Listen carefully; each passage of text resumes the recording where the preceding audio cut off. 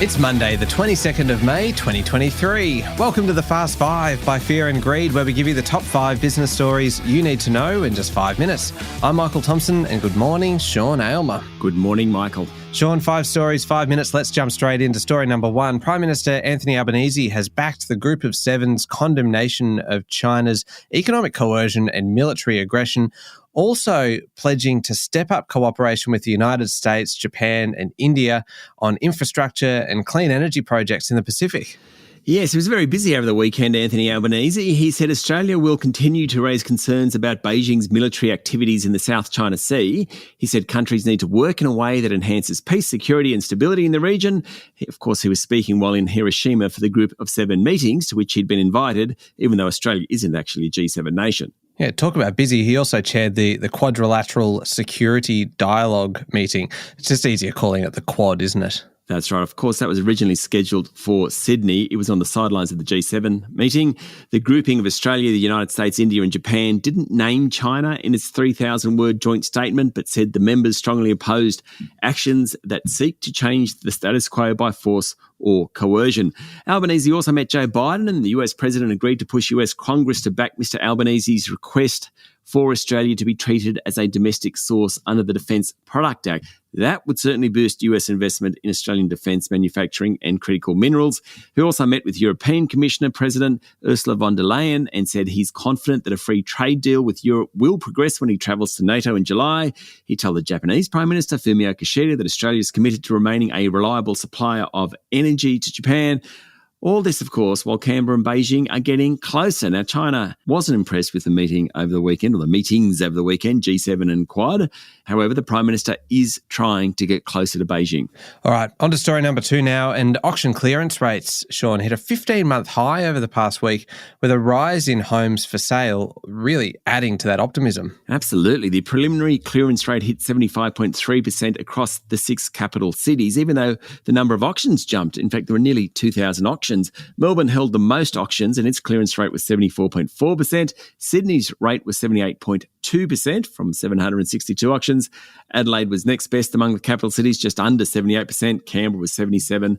Brisbane 63%. We know the pressures helping housing, immigration and a reduction in supply. Obviously, more houses are coming on with sellers perhaps encouraged by the recent prices achieved. But on the demand side, immigration has added about 200,000, or the need for about 200,000 extra homes. And housing finance stats suggest there's not exactly a pipeline of new properties being built, at least not a strong pipeline. The only problem in all this, Michael, is that the Reserve Bank won't necessarily be that happy. It wants the steam to come out of the economy. It's been pushing up rates. We know that. Lower demand will slow inflation. The thing about rising house prices is that people feel wealthier. They call it the wealth effect. Gives them confidence. They start spending more. You have a very valuable asset. You know that. You're likely to spend more money. So the housing market, funnily enough, might actually be encouraging the Reserve Bank to lift rates. Goodness me. All right, story number 3. Epidemiologists, Sean, are warning that Australia is heading into its 5th wave of COVID. Over the last week, more than 38,000 cases were reported across Australia. That's an average of almost 5,500 cases per day. They're spiking in almost every state, but the 7-day rolling average is well below the nation's peak of more than 100,000 cases. That was back in January 2022. Health authorities are also reporting an increase in cases of influenza. The diagnosis rate is 100 times higher than it was this time last year. Pretty amazing. Approximately 218,000 doses of COVID vaccine have been administered over the last 7 days. Takes to about 2.5 million the number of adults who have received a booster dose since January. Also means many millions haven't. The global virus death rate has dropped to just over 3,500 a week. Now, the peak was about 100,000 people per week. That was back in January 2021. All in all, it's estimated the virus has caused about 7 million deaths globally. Wow. Story number 4, Sean. New York City public schools have lifted a ban on artificial intelligence tool ChatGPT after initially banning the technology. The city's public school system is the largest in the US and the most influential. It banned ChatGPT on school networks and devices at the beginning of the year. It was worried about safety and accuracy. Now they've reversed that view. They're going to encourage and support educators and students to learn all about it. The school's chancellor, a guy called David Banks, justified his earlier decision to ban the technology, saying initial caution was necessary.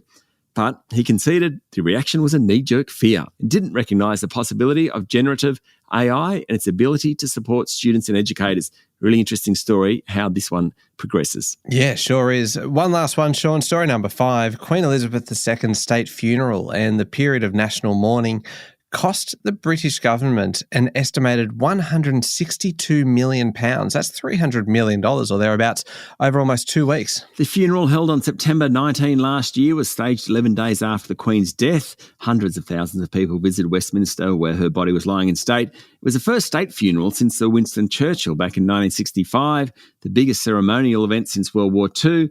Now, in a statement to Parliament, the Chief Secretary to the Treasury said the priority at the time had been to make sure the once-in-a-generation event ran smoothly and with the appropriate level of dignity. Fair enough. $300 million? Whew, a lot of money. Sure is. There we go, the top 5 business stories in 5 minutes. Thank you, Sean. Thank you, Michael. It's Monday, the 22nd of May, 2023. Remember to hit follow on the podcast. If 5 minutes isn't enough for you, you can find our longer daily show called Fear and Greed wherever you listen to podcasts. That comes with a bunch of interviews and things as well. Today's interview is a fantastic one. If you are an investor, definitely worth a listen. Don't forget as well, the Amazon Echo smart speaker range comes with Alexa built in. Simply say, Alexa, play the Fast 5 by Fear and Greed podcast to catch the latest episode, and you can get yours now at amazon.com.au.